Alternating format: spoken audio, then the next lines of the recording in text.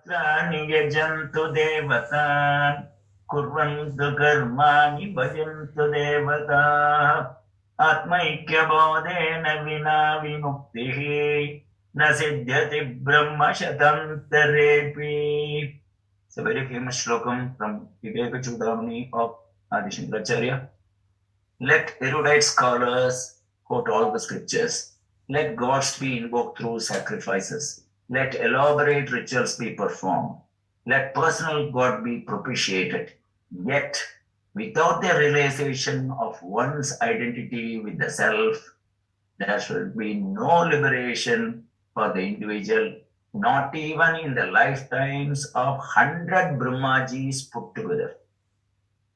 One Brahmaji's life is supposed to be something like 8 million years. 8 million into 100.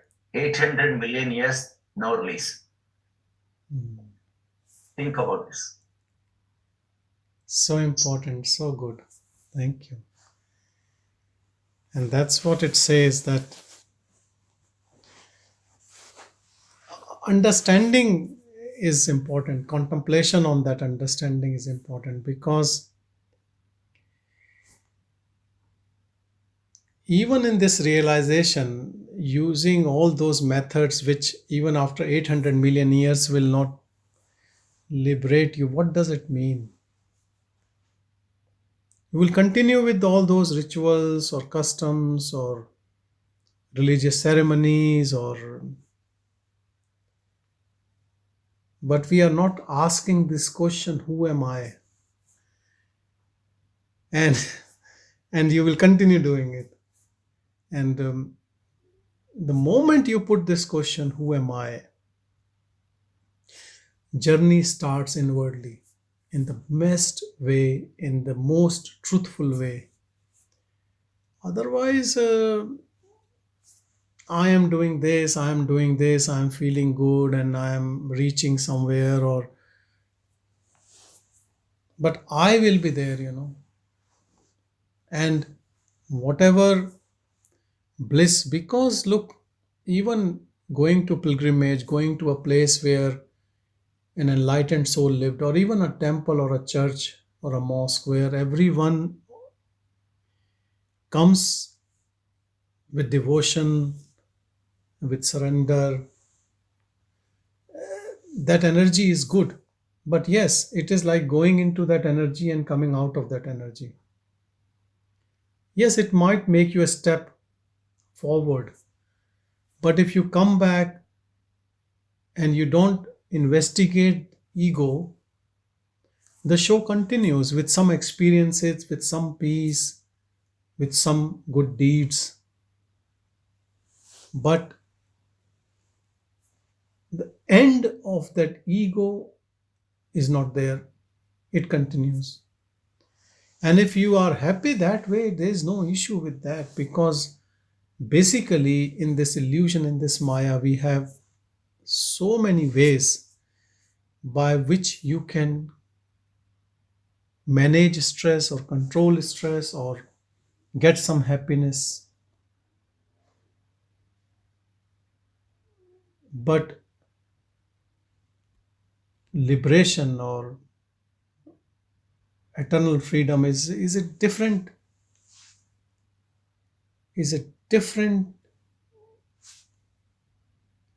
talk. It is not at all about controlling mind or getting some happiness in day to day, because all these techniques actually give some happiness, some peace of mind, but keep that ego alive. And this is what it is so clear what Neelakantanji said in this shloka. And it depends, if that is what you wish, that is good, nothing wrong. All these are pious things, good things, helps to purify your intellect, your mind. But if you ask this question, who am I, that will finish everything.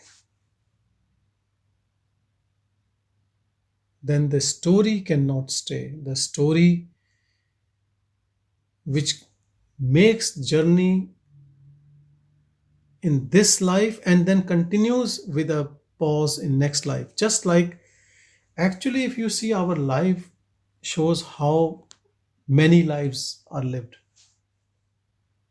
Death is like a deep sleep, and it takes you into another life, another birth. Just like at night we sleep and this word disappears and then the word comes back again. Because it comes back again due to the same mind, that same conditioned mind which was off for a while and then it comes back. It looks like there is continuity, but actually, this continuity gets broken every time you go into deep sleep. This continuity changes hand every time you move from waking to dream. And I'll tell you, the continuity appears because the substrata stays the same, that pure awareness. It gives that abhas, that perception that there is continuity. But if you see, continuity of mind and this jiva breaks. Period in deep sleep when there is no jiva, there is no mind, there is no ego. But there is something which is there. And try to understand that deep sleep is most important for all of us. Otherwise, we will get mad with this constant chattering mind, which does not even sleep during dream. So it is like a grace, kripa of that absolute, that it gives some rest. So this continues, this drama continues. If by your serious contemplation this manonasha occurs, that same bliss prevails all the time, as if there is a waking deep sleep. But there is no experiencer now who can claim, yes, this is, I am very happy, I am blissful. There is bliss, but there is no one to claim that it is my bliss or I am happy. Right now, this ego pleads, begs, and looks for happiness all around in different things, even through sensory organs, even through thoughts, imagination. Because it is looking for something which it is made up of.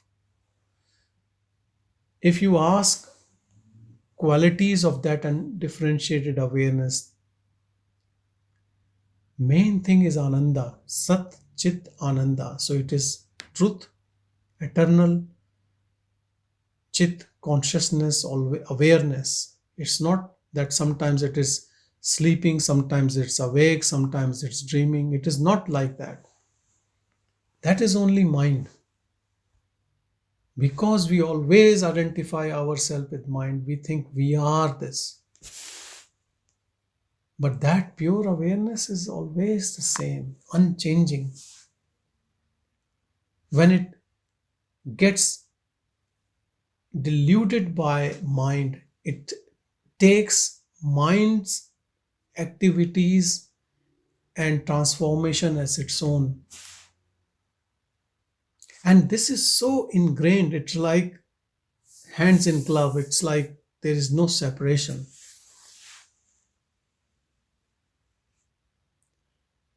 Which they call it chit jada granthi. Chit is pure awareness and jada is this, all is insentient. With it, without consciousness, everything is dead. And granthi means this knot which is binding them together. And this binding together is an illusion. But this is such a strong illusion. That's the play of Maya. That everyone believes in it. Everyone. no exception to the rule. Even one who reads a book intellectually understands, still he thinks this is truth.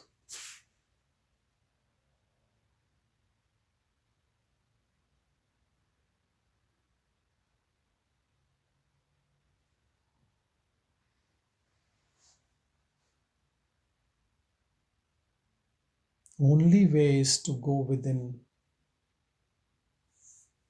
witness this relative truth without getting involved.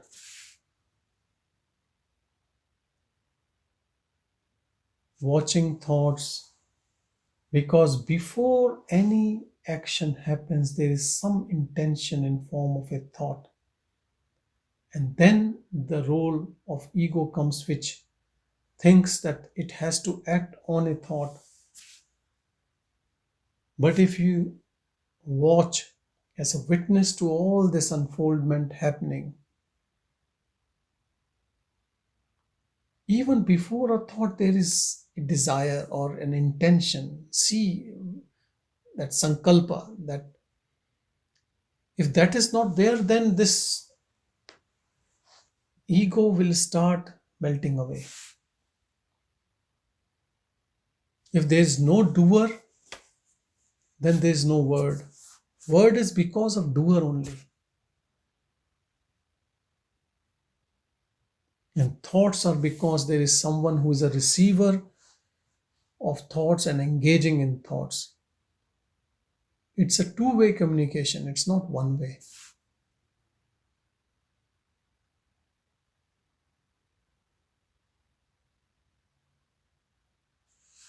Your attraction towards things and your repulsion towards things, your love and your hate, both creates this illusion. Some people who suffer from depression or PTSD or any other, in which these negative thoughts they dislike and they don't want it, more they don't want it, more they come.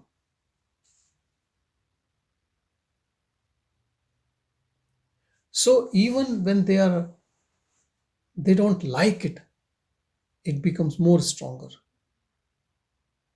On the other hand, there might be a person full of pride and ego, an achiever.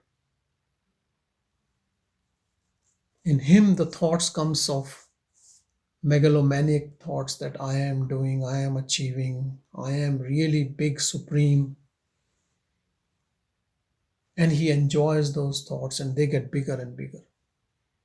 So we need to understand whether you like or you dislike, both perpetuates this samsara, this illusion.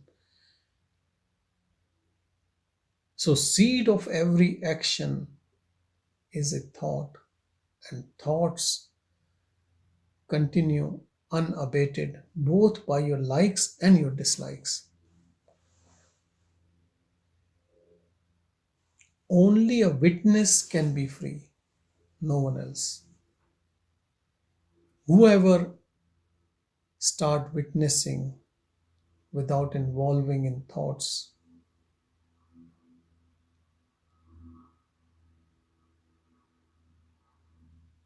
can disengage, can untie this knot between consciousness, which is pure self, and this mind, body, ego, intellect, word, situation complex. It is one thing.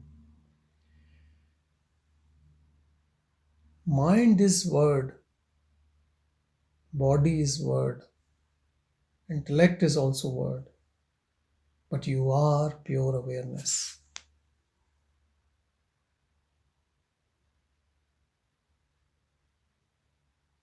Unless you separate, there cannot be any peace.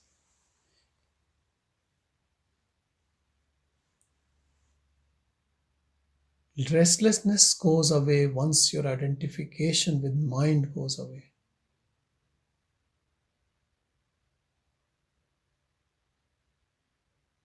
See, in our daily life, when we are unhappy or restless, if something tragic has happened in family, among friends, we feel restless. But if it happens to ABC somewhere else, it doesn't affect anything. Just because there is no relationship there, no attachment. So if you have no relationship with mind, thoughts, then whatever thought comes and goes, who cares? How can it affect you?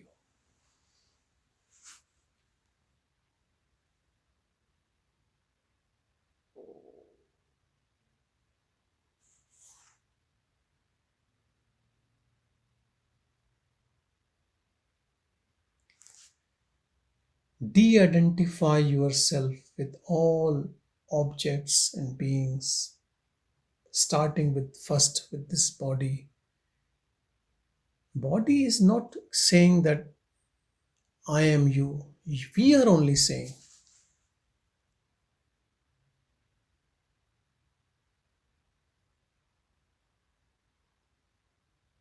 Like, let's say you have a pet dog on leash and you tell everyone that this is my dog, this is my dog. You unleash dog, it will run away. You will be running behind the dog then.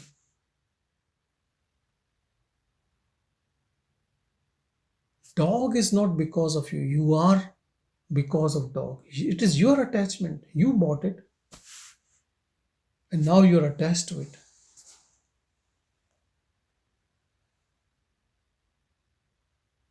The one who is running for things, you are running for your dog. You will run behind him if he runs away. Same is mind. There is mind, there is ongoing outpouring of thoughts from mind. That's what its job is. Mind is not saying that you own me and you have to act on all these thoughts and you have to suffer because of thoughts.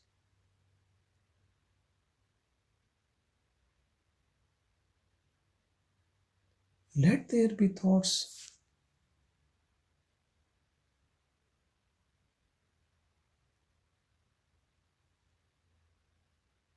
Even contemplating on this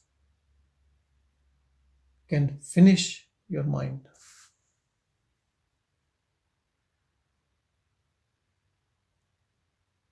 Till there is ego, you cannot get rid of mind. Ego gone, mind has no role to play.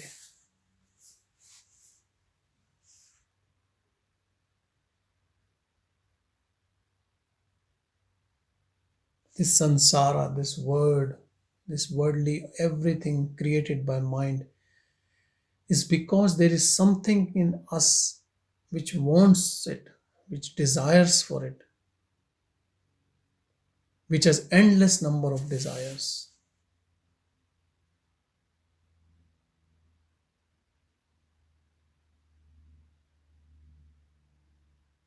Ego can never be contented or happy. It can say that it is happy. It can say that when I achieve, I feel happy.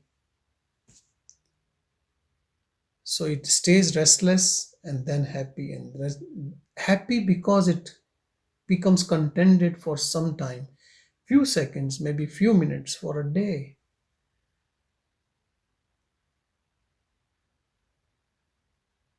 But that pure awareness is not asking for anything from anyone for any reason. It is only witnessing as things are unfolding.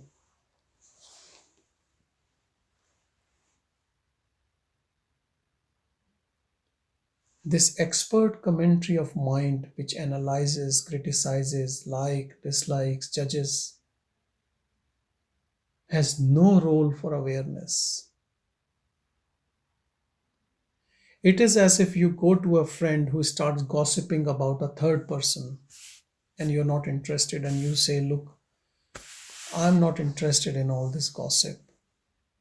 Can we change the topic?"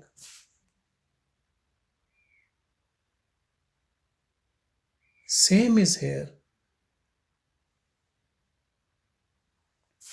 If you have no interest in gossiping mind, then mind cannot talk to you. It can throw some thoughts, but if you're not interested in any thought, then how long it can continue? Understand all these thoughts, what you are hearing, you have given fuel to it in the past with your interest or your repulsion, whatever it is. But now, because you have no relationship, no interest, it is still going on because of previous momentum, whatever you have feeded as a fuel to it. But if you have no interest, it is just dying. You will see how much gap between thoughts, and there is no grip of any thought which can bind you. And slowly and gradually, more and more peace and pauses and silence will be there. More space. Actually, you will start feeling more space. Mind gives claustrophobic feeling. It makes you so small. Everything pinches you. Why this person did this to me? Why this thing happened like this? Why they don't listen to me? Why people behave like this? Because mind is so conditioned, and that's the way it survives. That's the way it works. And then there is ego, which talks to it all the time. It behaves as it owns a mind, that individual sense in us. It is just a sense, it is just like your conditioning. But when you start witnessing all what is unfolding in this life and people and things,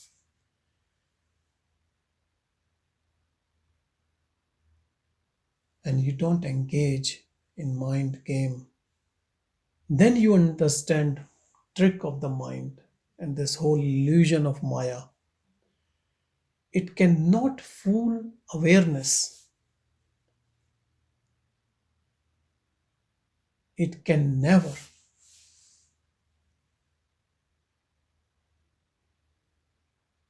It can only fool the one who is dependent on it, who has lot of desires and attachments. Just simply in life, there might be someone very authoritative, influential, and doing something wrong. You don't want to point a mistake because you think, if I make this person unhappy, then how can I get a lot of things which he can help me with? And you keep quiet and you allow it to do all the stupid stuff. If you have nothing to lose by having this disconnection with mind, then the job is so easy.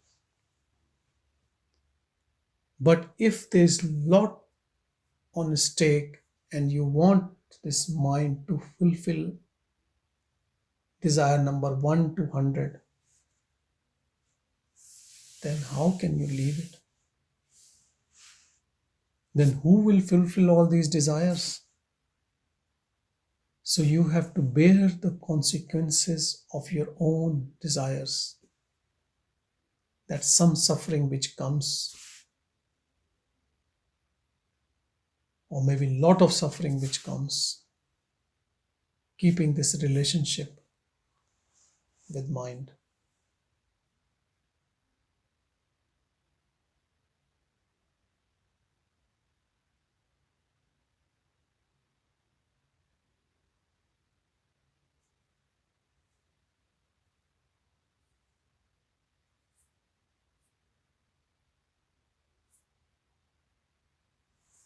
You know, I have a friend, his dad was in Indian Administrative Services, very honest man.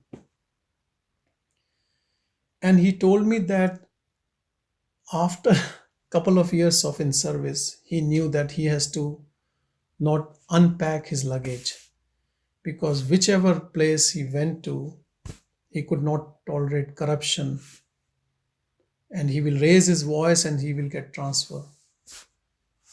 So he said we used to just open the boxes, took out the clothes, put them, and then within few months there would be call for me to be transferred.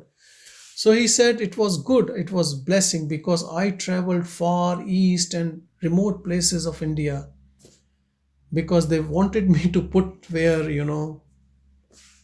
I cannot say anything. That is what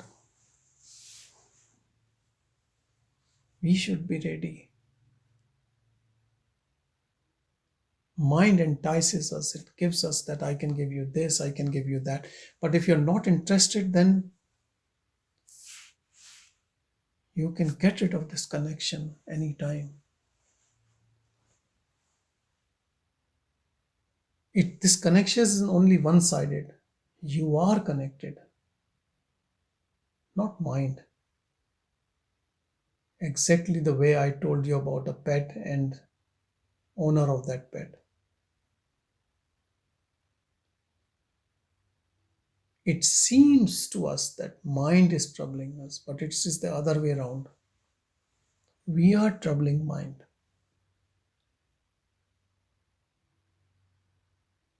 With our incessant desires, we create innumerable number of thoughts.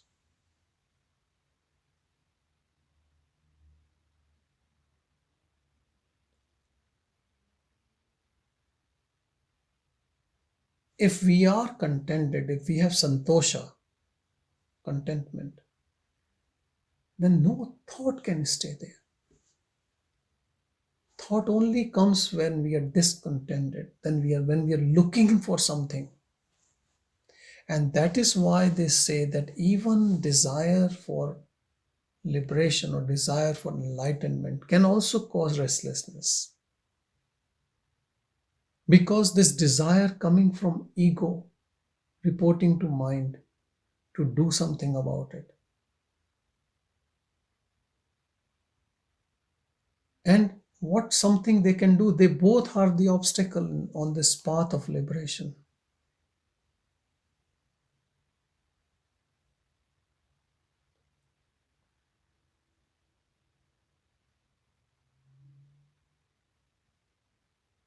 So in reality, nothing needs to be done.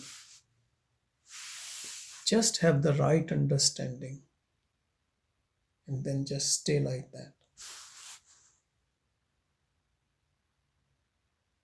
What practice, what meditation, what mindfulness.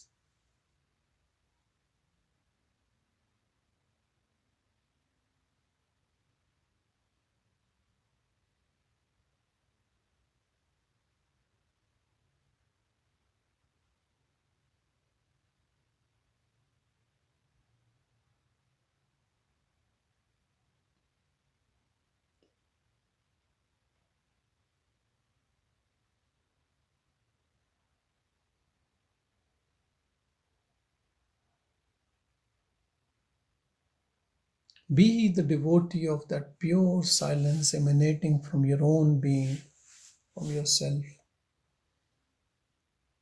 and see how quickly it will extinguish mind.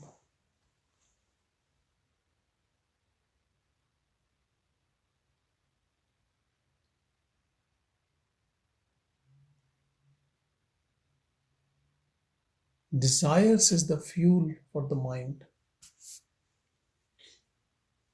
Wherever you are, whatever you are doing or not doing, whatever your circumstances, if you have total acceptance for it,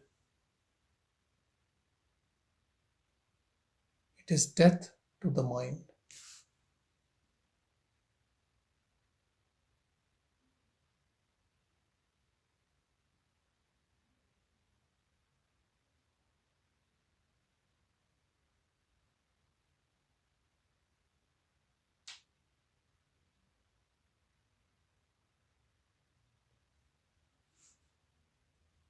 When you have no desire, still things will happen and unfold.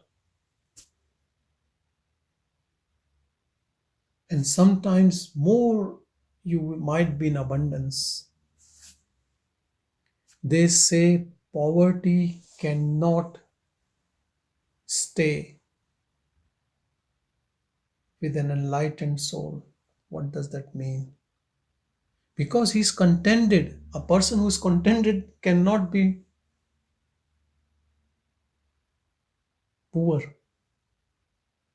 You can be king, but you can be poor because you're looking for more.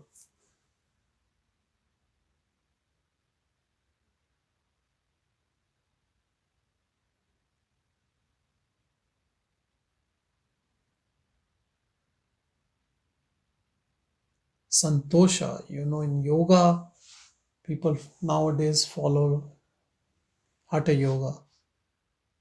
Before you do postures, you follow yam and niyam.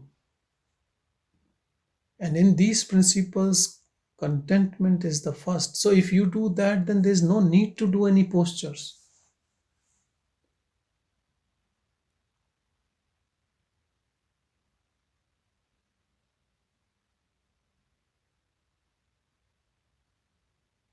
Put your hand on your heart and say, or ask yourself, are you contented? Are you satisfied? Do you totally accept your life, present, past, future, whatever? Total acceptance? If the answer is yes, then nothing needs to be done.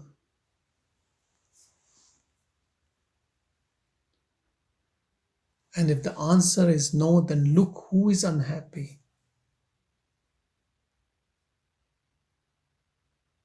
And the one who is unhappy, why he or she is unhappy. When you go deeper, you will find it is just thoughts making people unhappy or happy. And this relationship with mind.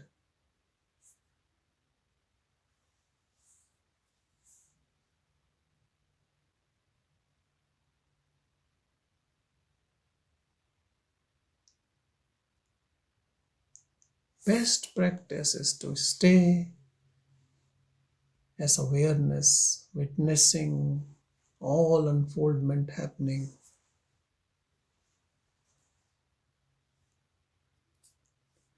Remember, there is no sabotage against you. That is the way ego feels and thinks and believes that this is me, and then there is a word for me or against me.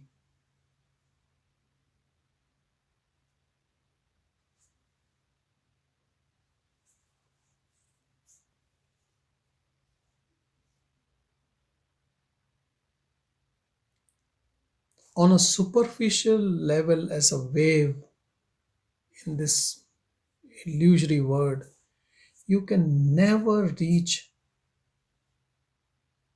your true being. You have to dive deep. You have to contemplate. And you have to find this jewel within you.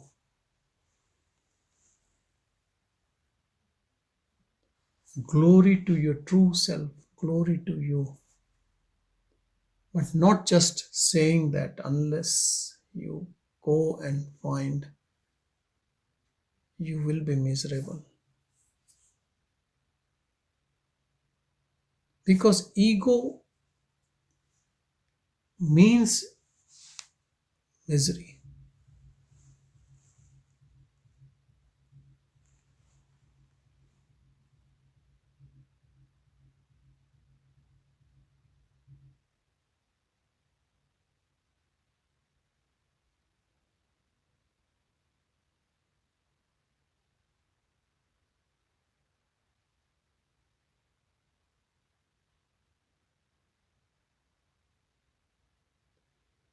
This type of practice or contemplation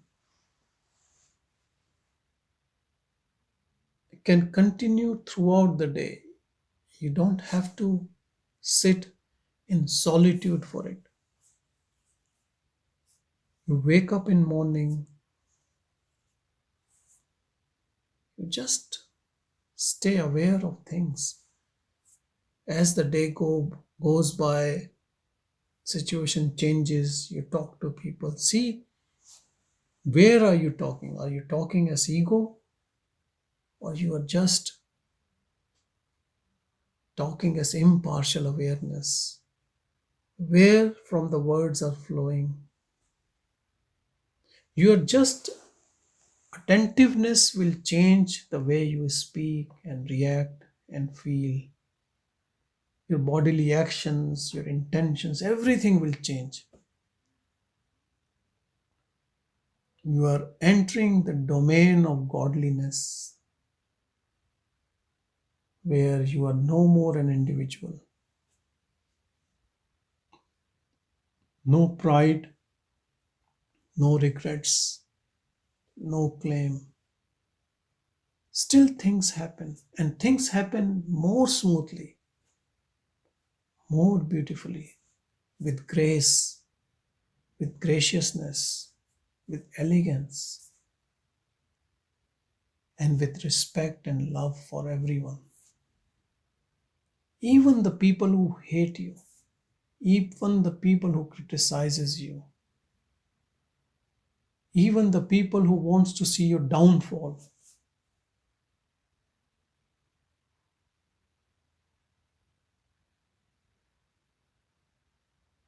because this awareness is not advocate of this body as a person.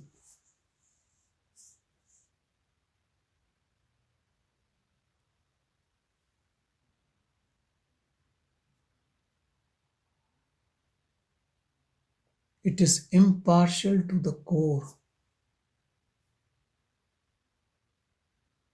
But egoistic mind can color it in its own way.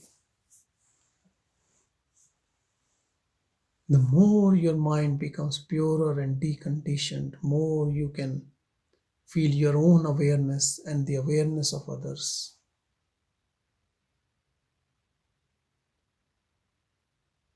And you connect with everything as awareness, talking to awareness.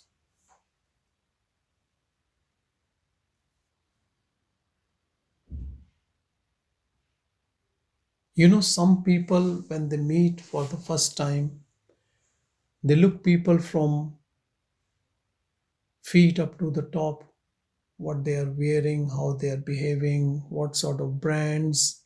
Some people start judging as someone enters in a room.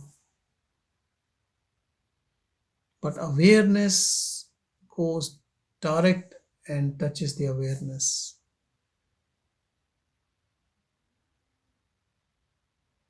It has lost that faculty which can do that.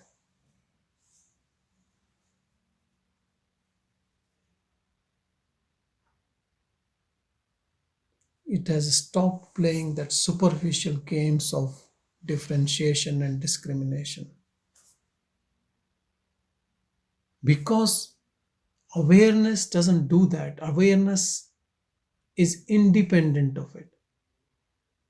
Awareness doesn't need mind.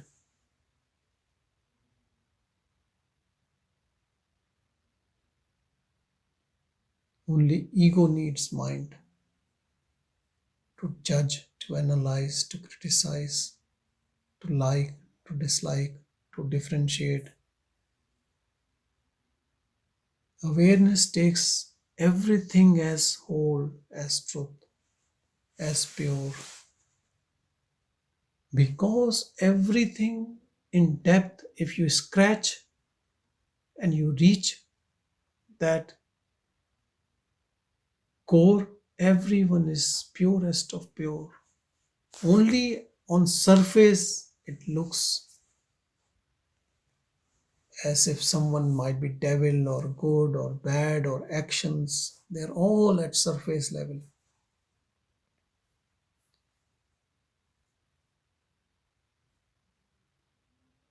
But at core, everyone is same pure awareness.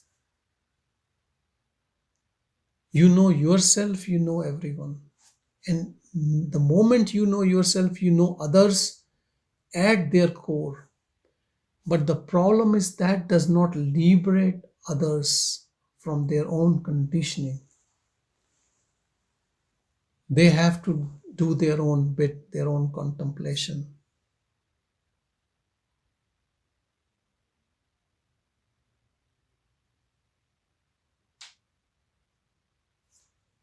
Those words coming from awareness can open your heart, can bring calmness, can move that awareness up when you are in satsang or in company.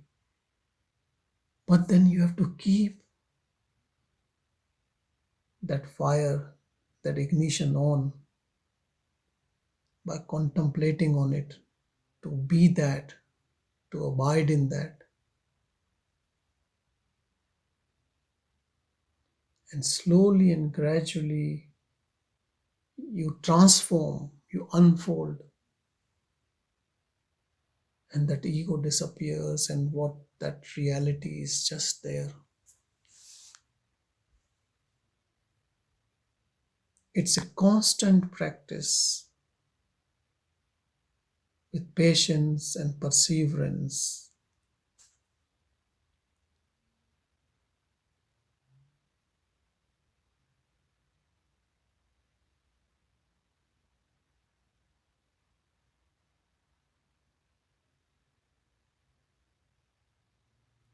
Breaks in it does not help,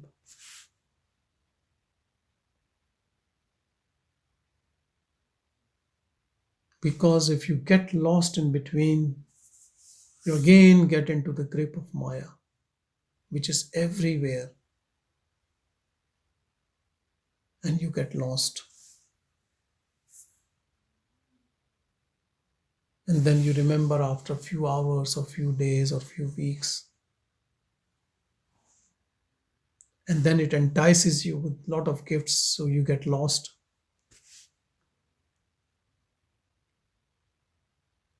And when bad phase in life hits you, then you again wants to look for that pure awareness and become a spiritual seeker again. A lot of people do this. When crisis occurs, they look for meaning of life and this. And the crisis over, they again get lost in Maya. That is why suffering is bliss and pleasure is pain.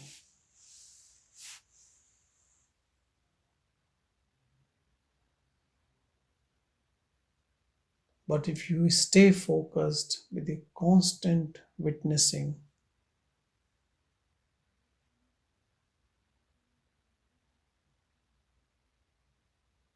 ego dissolved in this seeing, then no practice is needed, no effort. It's an effortless, natural state.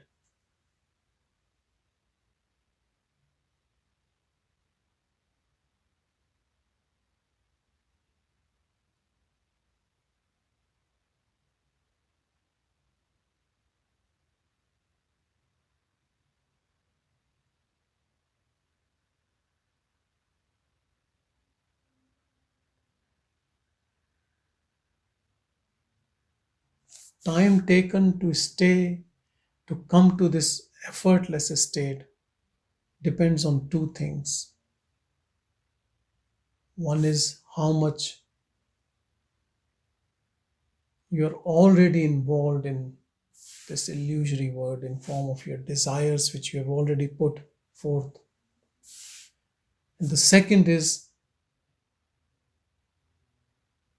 if you are still making more desires, which perpetuates this illusion.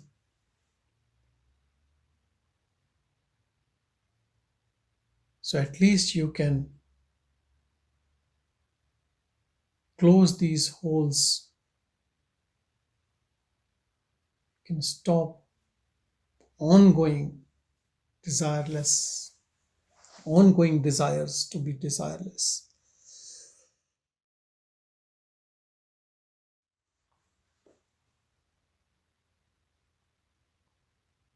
Simple witnessing can do all this.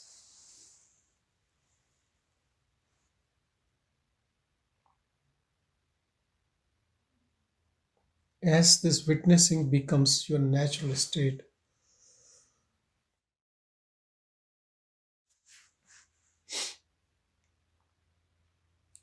you don't desire anything.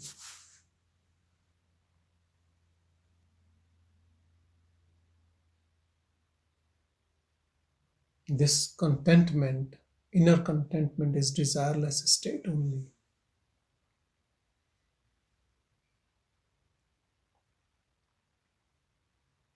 Where it is filled with infinite bliss.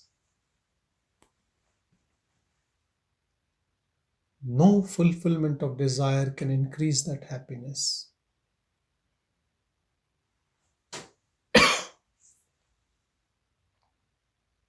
And no tragedy can decrease that infinite bliss.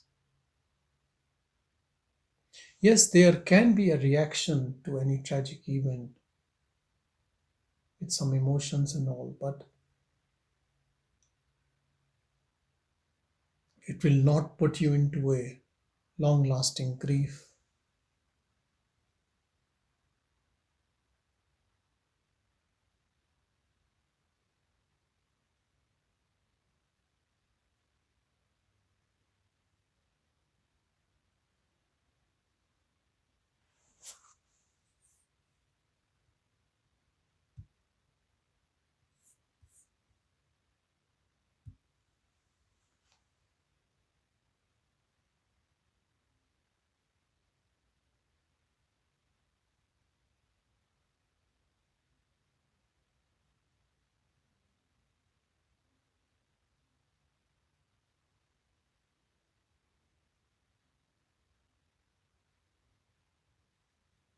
Another thing witnessing gives you is it connects you with everything as if you are that thing.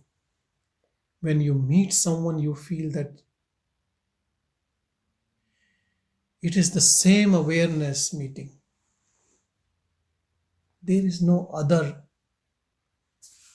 whether they are your colleagues, employer, employee, friends, or whatever. No strangers.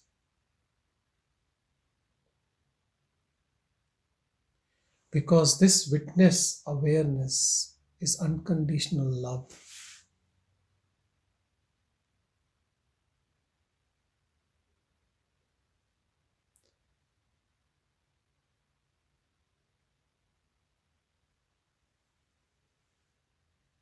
Some people, in sheer stupidity, behave as a witness with their ego. When you are making thief as the witness, what will happen?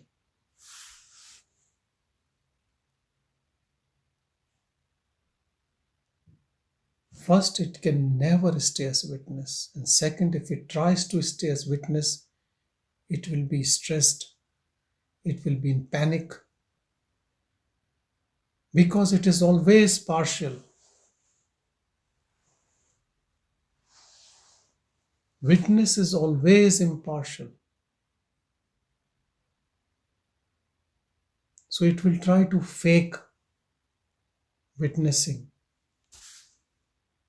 That can give rise to headaches, annoyance more anger.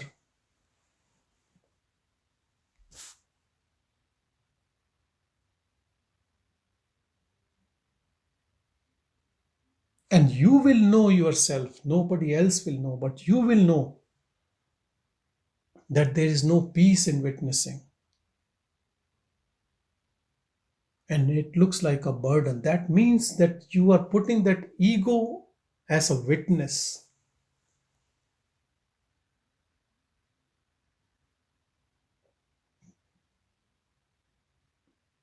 The simple test of witnessing is if it is giving contentment and peace and such a calmness in you. If it is causing agitation, stress, headache, anxiety, then you are completely on a wrong path. You're putting thief as the policeman.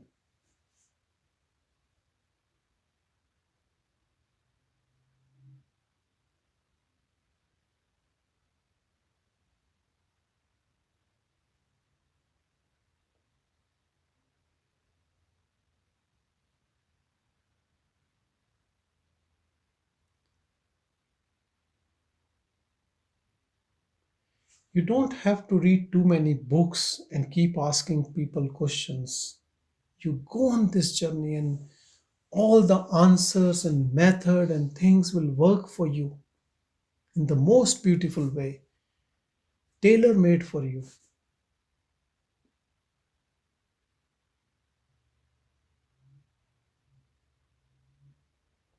Because mind loves to ask questions and have doubts. Because that keeps it alive and the ego alive. But witnessing finishes everything.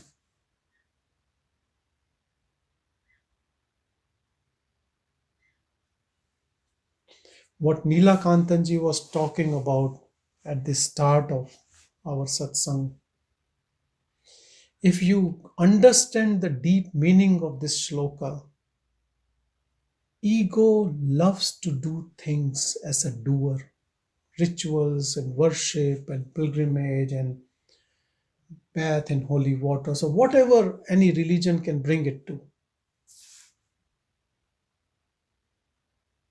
So, it can hide and it can stay.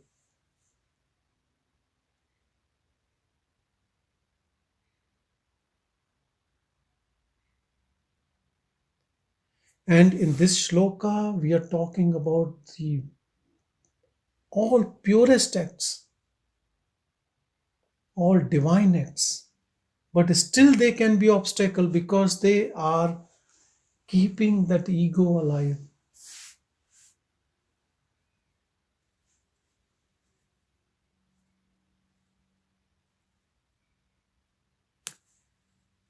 But moment you look within,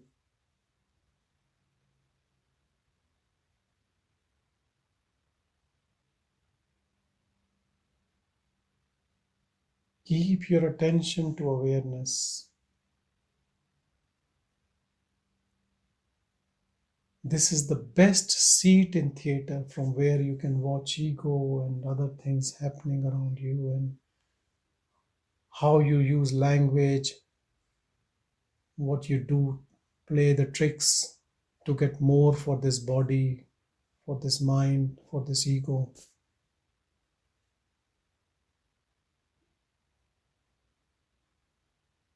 How you become partial in things. There are different set of rules for yourself and for others. And then again, different set of rules whom you think can give you something and the one who is your subordinate. How we behave with different personas. We put different masks in front of different people. How we keep changing. Everything becomes so clear.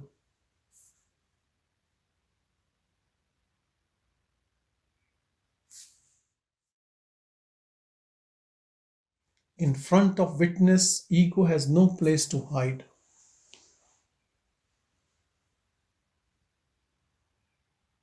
It bowed down its head in shame and it disappears in no time.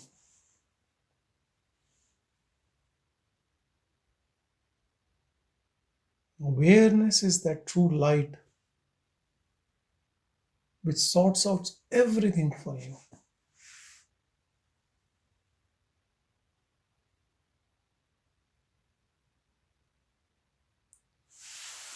In Hindi, there is a saying, "Doodh ka doodh, pani ka pani," which means it segregates, it disentangles everything. Just witnessing. Otherwise, all our life we can live like mind and ego, going on the roller coaster ride of mind. How the life takes, we think we are that, and then the mind plays and it gives strong emotions and feelings and thoughts.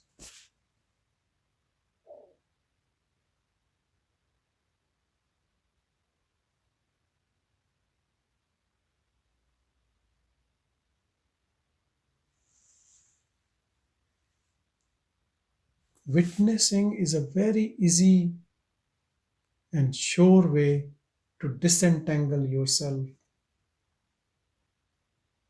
from what you are not.